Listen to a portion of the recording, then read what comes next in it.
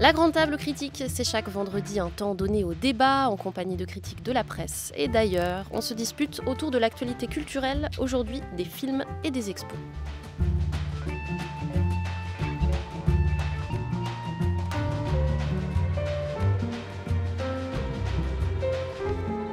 France Culture, la Grande Table Critique, Lucille Como.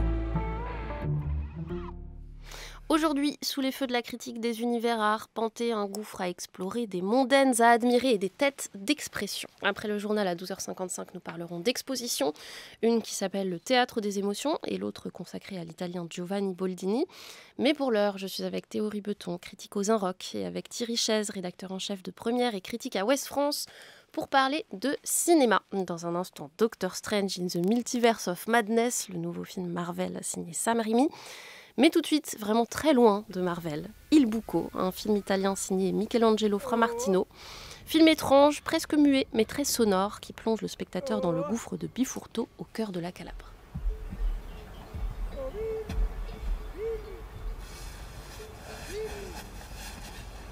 Te, te, te. Te, te, te. Oh.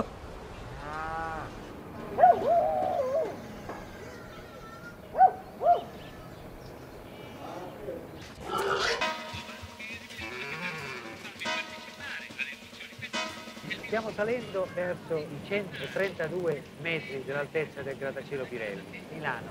Ho visto uno che puliva i vetri, mi piace vedere gli altri che lavorano dietro i vetri, dimenticandosi che anche lui stava lavorando.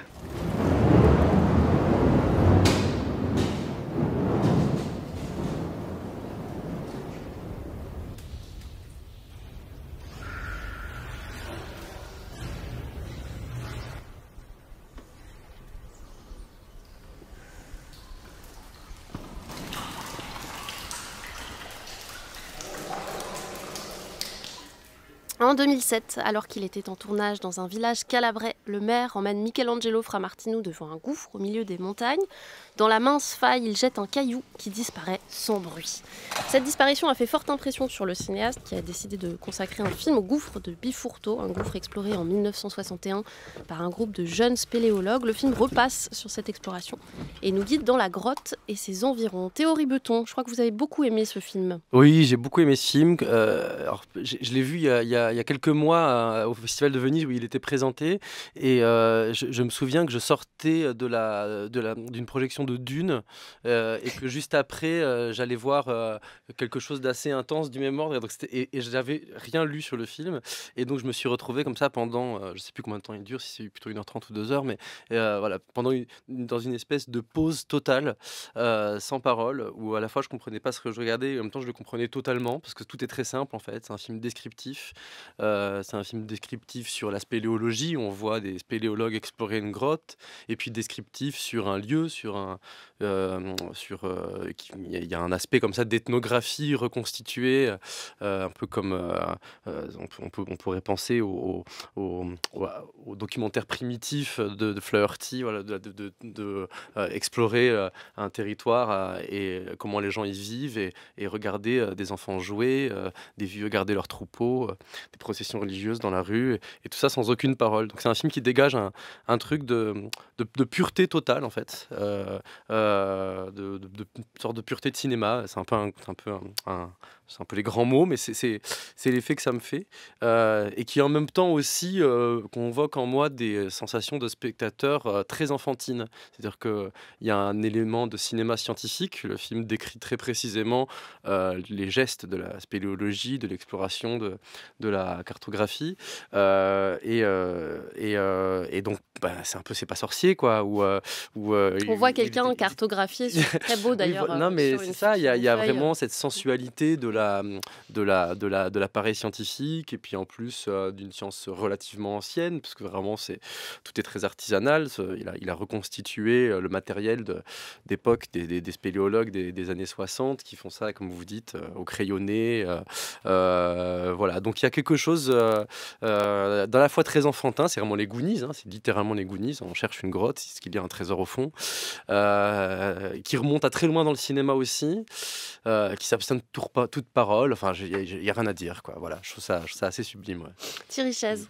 Moi, j'ai été assez emballé aussi par cette atmosphère, la lumière de Renato Berta, vieux de la vieille, voilà, qui a travaillé pour Godard, René, Louis Malle, et ça compte beaucoup. Moi non plus, je ne savais pas ce que j'allais voir, donc c'est vrai que je suis assez emporté par ce qui se passe, par d'un côté donc ces spéléologues, et puis un vieux pâtre qui observe tout ça, la manière... Mais moi, je dois avouer que je suis resté à la porte, c'est-à-dire c'est des films vraiment... Au bord du gouffre. Au bord du gouffre. Je trouve ça admirablement fait. Et en fait, j'ai un vrai problème avec... j'arrive pas à m'en totalement pour deux raisons. Un, parce que moi, je suis prêt à cette idée qu'on n'entende pas de dialogue et à se laisser emporter. Et puis tout d'un coup, je vois qu'on regarde à l'écran sur une télé une sorte de bâtiment qui se construit en Italie. Et je me dis, ah, donc... il veut me raconter quelque chose sur les deux Italies de l'époque. Et je me dis, tiens, à quoi ça sert ? C'est un gratte-ciel à Milan qui a été construit à peu près au moment où cette mission a eu lieu et qui est l'inverse. Voilà l'inverse. Il s'agit de diriger quelque chose. Si c'est ça, c'est vraiment assez lourdement fait pour un film où d'un seul coup je m'abandonne. Et je m'aperçois que c'est aussi ça. Et puis, comme il existe pour moi des films Sundance, qui sont des films qui sont faits et calibrés pour la Sundance, il y a des films de festival qui sont faits pour aller dans les plus grands festivals en compétition.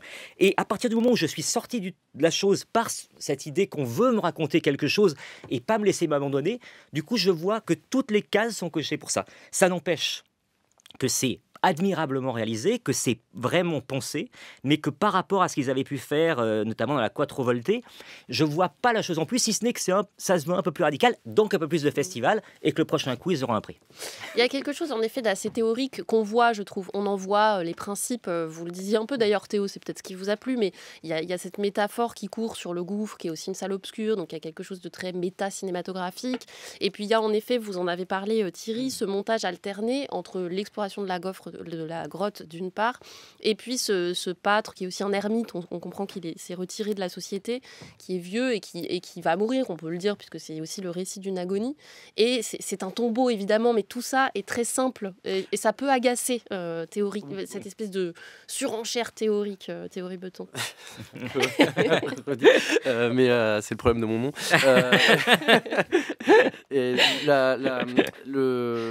Oui, enfin, évidemment qu'il ne sait pas parce qu'il n'y a pas de parole qu'il n'y a pas de sens. Le film est peut-être même lourd de sens, littéralement. Mais donc effectivement, la grotte est un espace vierge, et donc le film raconte une violation quand même. Le fait de la filmer. Ah oui, c'est la métaphore sexuelle qui vous intéresse. Non, pas sexuelle. Non, mais la violation de quelque chose qui était intact, comme des tas de choses sont intactes dans la nature et pas seulement des femmes. Je voulais dire que c'est une... Fra Martino, il en parle très bien. Il y a un entretien de lui que j'ai lu cette semaine dans Libération, où il parle qu'il a accordé beaucoup de soin au son, et il a essayé de faire très attention au son parce qu'il trouve que le son, c'est moins violent que l'image. Et c'est vrai que cette exploration, cette cartographie, il y a quelque chose de destructeur en soi par le regard. Et effectivement, le parallèle avec le berger, en fait, le berger, c'est la montagne. En fait, quand on est dans la grotte, on est dans le berger, quoi. Et Fra Martino explique que les spéléologues et les bergers s'entendent très bien parce que les bergers savent où sont les entrées des grottes. Donc du coup, ce sont un petit peu leurs gardiens, et en même temps aussi, ils leur sont d'une certaine manière redevables parce que le berger et la montagne, c'est la même chose. Donc voilà, il y a des parallèles comme ça qui sont peut-être... Mais toutes ces choses passent en fait par des ingrédients de cinéma qui sont extrêmement simples et qui sont extrêmement physiques, en fait. Moi, j'ai pas l'impression de voir quelqu'un m'asséner des choses. J'ai l'impression de vivre ce récit-là d'une exploration qui est par nature une violation, et d'aller chercher comme ça une espèce de sensualité de la nature. J'ai l'impression que tout ça passe directement en moi, dans mes émotions, et j'ai pas l'impression qu'on est en train de m'expliquer ça, en fait. Voilà. Et puis effectivement, après, c'est peut-être une question de goût, mais moi, ça me captive, Lascaux, Chauvet. Je trouve que cette idée comme ça que la nature recèle des cathédrales dissimulées, et qu'on peut y aller, mais qu'il faut y aller avec la pudeur et l'humilité avec laquelle on doit aussi entrer dans les cathédrales, c'est des choses qui m'émeuvent très fortement, et le film vraiment a donné corps à cette émotion. Non mais je comprends entièrement ça, et en fait c'est le film que j'aurais aimé regarder et que je vois par moments. Et d'ailleurs le film a été accueilli de manière quasiment admirative par toute la presse. Et vraiment, je peux comprendre. Et ça, moi, ça m'agaçait parfois de revenir dans quelque chose de très terre-à-terre, alors que je vois vraiment sur le travail que c'est, le travail sur le son, en effet, c'est assez incroyable. Il y a peu de films dans l'année où on aura ça, et où le son devient un personnage, et où on se dit, mais comment ça a été fait, où on cherche après dans des dossiers qu'on nous donne pour dire, mais comment ils sont arrivés à faire ça. Et pour tout ça, en effet, ça vaut le coup. Mais je pense que si dans les premières minutes, on ne se laisse pas emballer, on commence à regarder des détails qui, normalement, n'ont pas à être vus. C'est comme si, d'un seul coup, on ne croit pas à une pièce de théâtre parce qu'un détail nous fait dire, ben non, ça ne fait pas la réalité. Et c'est ça que j'ai ressenti. Mais c'est probablement aussi cette espèce de prologue dont vous parliez, qui est un prologue sur le gratte-ciel milanais, et qui induit une espèce de dynamique d'analyse théorique dont on n'avait pas forcément besoin pour justement rentrer dans la grotte. C'est peut-être ça aussi le. Moi, c'est exactement ce que j'ai ressenti, c'est-à-dire que ça m'a amené sur un sentier qui n'était pas celui que j'allais retrouver après. Il m'a fallu du temps pour me remettre. Et une fois encore, ce travail sonore c'est-à-dire que si tous les films étaient de ce niveau-là, on serait ravis. Mais on l'a entendu, voilà. on a quand même entendu une bande-annonce hors norme en début d'émission. D'habitude, c'est clair. Ah non, mais on va voir avec Dr Strange. D'habitude, on entend des disputes de couple ou des coups de feu, et là, on a vraiment eu des sons d'ambiance dans la Calabre. Enfin, c'est un bug quand même. C'est pour ça que mettons des bémols sur ça par rapport à ce qu'on va dire après. C'est toujours, mais parce que j'attendais beaucoup et que j'aime beaucoup vraiment ce duo de cinéastes, et que par rapport à la Quattro Voltae, je n'ai pas vu l'étape supérieure. Qu'est-ce que c'était ce film de son précédent? Je le connais pas. Moi, je l'ai vu il y a 10 ans, je m'en rappelle plus très bien. C'est un truc. Il n'a pas fait de film entre les deux. Non, il a rien tourné entre les deux. Mais c'est la même idée d'exploration contemplative des paysages calabrais. C'est le même endroit, mais j'avais vraiment ce côté contemplatif et pas ce côté tiens, je vais vous raconter quelque chose. Mais voilà, je me sens très isolé dans l'emballement critique. Parce que cette question des films à festival, on en parle souvent, ça revient. Moi, je voudrais juste revenir rapidement là-dessus. J'ai quand même l'impression que c'est pas courant d'avoir des films sans parole dans les sélections vénitiennes ou cannoises. Ça peut arriver d'avoir effectivement. Il y a effectivement une standardisation de la contemplation dans certains films. Mais je trouve qu'elle est incarnée par des cinéastes quand même qui font des films plus lourds que celui-ci, que je trouve être un film vraiment léger comme l'eau, quoi. La contemplation, c'est Nouri Bilge Ceylan, voilà. Là, j'ai l'impression qu'on est quand même dans un régime plus aérien, voilà. Oui, et qui garde une singularité, en effet, de ce point de vue-là. Il Bucco de Michelangelo Framartino, en tout cas, est en salle. France Culture, la grande table critique, Lucille Como. Et on poursuit cette émission avec un nouveau film de la galaxie Marvel, signé par le réalisateur Sam Raimi, à qui on doit il y a 20 ans la première trilogie Spider-Man. Quelques films d'épouvante, Un magicien d'Oz en 2013, et puis depuis, pas grand-chose. Petit effet de suspense donc sur Sam Raimi, d'autant qu'il est assez bien considéré. Doctor Strange, quant à lui, alors ce n'est pas le plus populaire des héros qui peuplent le Marvel Cinematic Universe, le MCU. Interprété par Benedict Cumberbatch, il fait partie du volet sorcier mystique de la franchise, avec sa cape autonome, ses gadgets gothiques et ses anneaux lumineux, ambiance grimoire et rouages compliqués. Il vit à New York, et quand le film commence, il assiste à regret au mariage de celle qu'il aime avec un autre, quand soudain surgit un monstre repoussant qui s'acharne sur une jeune fille. Cette jeune fille, il la connaît, il l'a vue dans un rêve. Elle s'appelle America Chavez, on en reviendra sûrement sur ce nom. Et elle a le pouvoir, malheureusement incontrôlable, cette America Chavez, de circuler dans le multivers, ce système d'univers parallèles dans lesquels on vit des existences différentes, concomitantes. Un démon la poursuit, qui veut s'emparer de ce pouvoir. Doctor Strange se met en tête de la protéger et plonge dans la folie d'un monde démultiplié.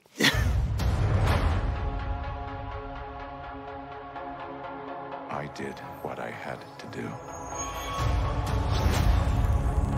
to protect our world. You cannot control everything, Strange. Wanda, what do you know about the multiverse? Viz had his theories. He believed it was dangerous. He was right.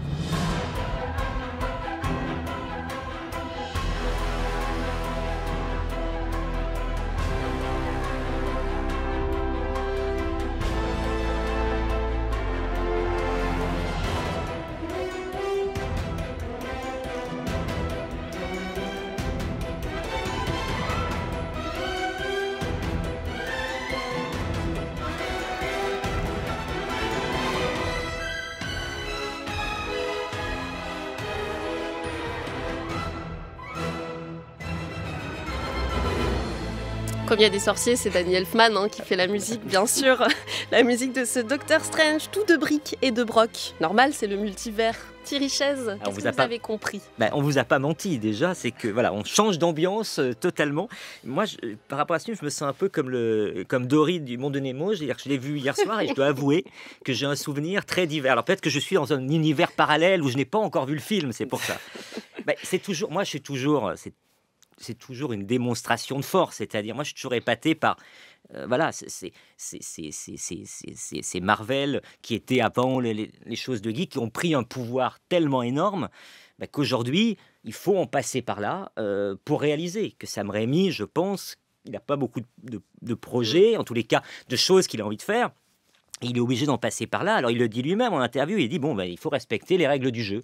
Voilà, il faut essayer de trouver dans cet univers un peu sa patte à soi. Moi, comme Chloé Zhao dans Les Éternels, c'est ce qui m'a un peu amusé. J'ai essayé de fouiller, de voir un caméo de Bruce Campbell, il a le même monteur, il y a des choses un peu plus gore que d'habitude, mais dans cette espèce de baston généralisé où finalement, pour moi, le multivers, c'est juste c'est presque quelque chose où on se dit il y a énormément de choses à creuser et on utilise 1/1000% de la chose juste pour faire des scènes assez spectaculaires. Et donc après, il y a entre-temps, entre les scènes d'action, il y a des moments où les personnages se parlent, situation de vanne. La première fois, on peut dire qu'on rit, et surtout, et c'est là où on sent, pour moi en tous les cas, que le petit est devenu gros et tout puissant, c'est que si comme moi on n'a pas vu par exemple la série WandaVision, je pense qu'on rate à peu près 80% du film. Oui, parce qu'il faut dire que maintenant, le Marvel Cinematic Universe, il est partout. C'est-à-dire qu'il est aussi à la télévision. En l'occurrence, c'est ce film la suite d'une série qui s'appelle WandaVision, qui est sortie sur Disney. Exactement. Il y a déjà, en plus, un peu de temps. Et c'est vrai que si on ne sait pas qui est Wanda ni Vision, c'est-à-dire deux autres personnages de l'univers, moi je sais pas ce que les gens comprennent, mais je pense qu'on comprend rien. On peut comprendre quelque chose. Simplement, on entend bien dans le dialogue qu'il y a plein d'éléments qui nous manquent. Donc du coup, c'est vrai qu'on a tendance à plus s'ennuyer quand on se dit là, c'est juste que j'aurais dû réviser avant, et en fait, voilà. Et donc, c'est pour ça que je suis resté, pas plus, pas moins qu'un autre, mais totalement à la porte, là aussi. Théo Ribeton. Eh bien, quel étrange docteur dans son multivers de la folie. Non, je trouve ça affligeant, quoi. Affligeant à ce point-là. Ouais. Pour moi, en fait, le multivers, c'est vraiment l'image par excellence de l'appauvrissement d'Hollywood. C'est-à-dire que Hollywood et que Hollywood déguise en enrichissement. Hollywood et en particulier Marvel, mais aussi Sony avec les films d'animation Spider-Man qui se passent aussi dans des multivers. C'est vraiment un truc qui est en train d'exploser, quoi. Et en fait, c'est quoi un multivers? En fait, c'est la possibilité de faire coexister dans un même film ou dans une même franchise, dans une politique dans laquelle effectivement on va avoir des choses sur les plateformes, à la télévision et au cinéma. Et on va faire coexister un événement et son contraire, et toutes les variations possibles de l'événement. Donc c'est superficiellement plus, mais en réalité c'est moins, parce que ce qu'on vient chercher dans le grand spectacle hollywoodien, c'est ce qu'on vient chercher, c'est ce qu'on allait chercher quand on allait voir une pièce de Racine il y a quelques siècles, ou vraiment de tout temps du spectacle, c'est la catharsis. On vient purger des grandes émotions qui sont en règle générale des émotions qui sont forcément liées à la perte, à la culpabilité, à la honte, à tout un tas de choses qui sont instantanément neutralisé dès lors que tous les événements du récit sont réversibles, en fait. Et donc là, le multivers, j'ai l'impression que c'est ce qui permet à Hollywood d'avoir une espèce de politique de gamme où si vous voulez qu'un personnage meure, il meurt. S'il meurt pas, il meurt pas. Et quelque part, les deux arrivent en même temps. Donc on a perdu un Hollywood qui bouleverse, on a perdu un Hollywood qui traumatise. Et voilà. Et même le film n'a plus de trame, en fait. Moi, j'ai l'impression qu'on ne peut pas l'assimiler à une bande de temps et d'événements avec une causalité qui les relierait. On est plutôt dans une espèce de modèle de l'agrégation, en fait. On va avoir une espèce le film fait une espèce de boule collante comme ça qui attrape. Il y a des bouts de trucs à l'intérieur. Qui attrape des bouts de choses, sans vraiment les agencer. Il n'y a pas de passé ni de futur, pas de haut ni de bas. Enfin voilà, c'est mou, ça flotte. Ceci dit, à l'intérieur des bouts, si on essaye de trouver quand même des choses intéressantes dans le film, il y a quand même, en fait après c'est à l'échelle de scène, mais il y a quand même un peu de la patte Raimi et un peu d'une éventuelle fiction au premier degré qui pourrait fonctionner d'un point de vue de la catharsis, si c'est ça le critère. Moi, je trouve que le personnage, par exemple, de Wanda, qui est en effet le plus intéressant probablement, parce que Doctor Strange, on s'en fout, on s'en est toujours un peu foutu de ce personnage-là. Elle est quand même pas inintéressante parce qu'elle est très au premier degré sur ce qui lui arrive. C'est un personnage de super-héroïne, donc sorcière elle aussi, qui, dans un autre univers, a une vie familiale, qui veut la retrouver, donc qui a besoin du pouvoir du multivers. Et elle est jouée par Elizabeth Olsen, que pour le que Ah oui. par ailleurs j'aime plutôt comme moi actrice, et je trouve qu'il se passe quelque chose avec elle, mais en effet à des micro-échelles de une scène où elle est toute seule, il la met dans des états de film d'horreur, parce qu'il y a quelque chose qui regarde vers le film d'horreur. On peut aussi dire que c'est une des nouveautés de ce film Marvel-là, c'est la patte Sam Raimi de ces films d'horreur, donc il y a quelques passages un peu zombies, un peu épouvantes. Moi, je trouve qu'il fonctionne. Mais encore une fois, c'est vraiment à l'échelle de 5-10 minutes dans un film qui en fait 2h11. Moi, je suis tout à fait d'accord. Et en plus, généralement, ces films fonctionnent pour moi comme un crash test pour les acteurs. Et le fait que, d'un seul coup, la seule, je trouve, qui s'en tire, parce qu'aussi elle a des scènes qui lui permettent, c'est vraiment Elisabeth Olsen. Mais je pense vraiment que ce genre de film s'adresse à un public de fans, qui donc recherchent quelque chose qui est de l'ordre de « je veux voir mes héros préférés, je veux en effet les voir, alors parfois morts, parfois pas », et que toute une grille de lecture critique et de fait tombe quasiment littéralement. Et ce que nous, quand on n'est pas ultra fan, et comme moi pas ultra connaisseur, ce qu'on va essayer d'aller chercher, on se rattrape à ce qu'on connaît de Sam Raimi, on se dit « ah !» Là, c'est pas mal. Moi, je me rattrape à Elisabeth Olsen. Je veux dire, j'espère qu'elle va prendre un peu de place et que ça s'appellera plutôt Wanda que Strange. Mais j'ai vraiment le sentiment de rentrer dans un club où je n'ai pas la carte, je n'ai pas été invité, j'ai pas le bon dress code. Et que plus ça va, plus c'est le cas, puisque plus ça va, plus il y aura de séries Marvel, et plus on sera exclu, et que ça s'adressera. Alors, mais en même temps, ce public-là est très large. C'est le meilleur démarrage en salle de l'année. Donc voilà, on est perdant. Théo Ribeton.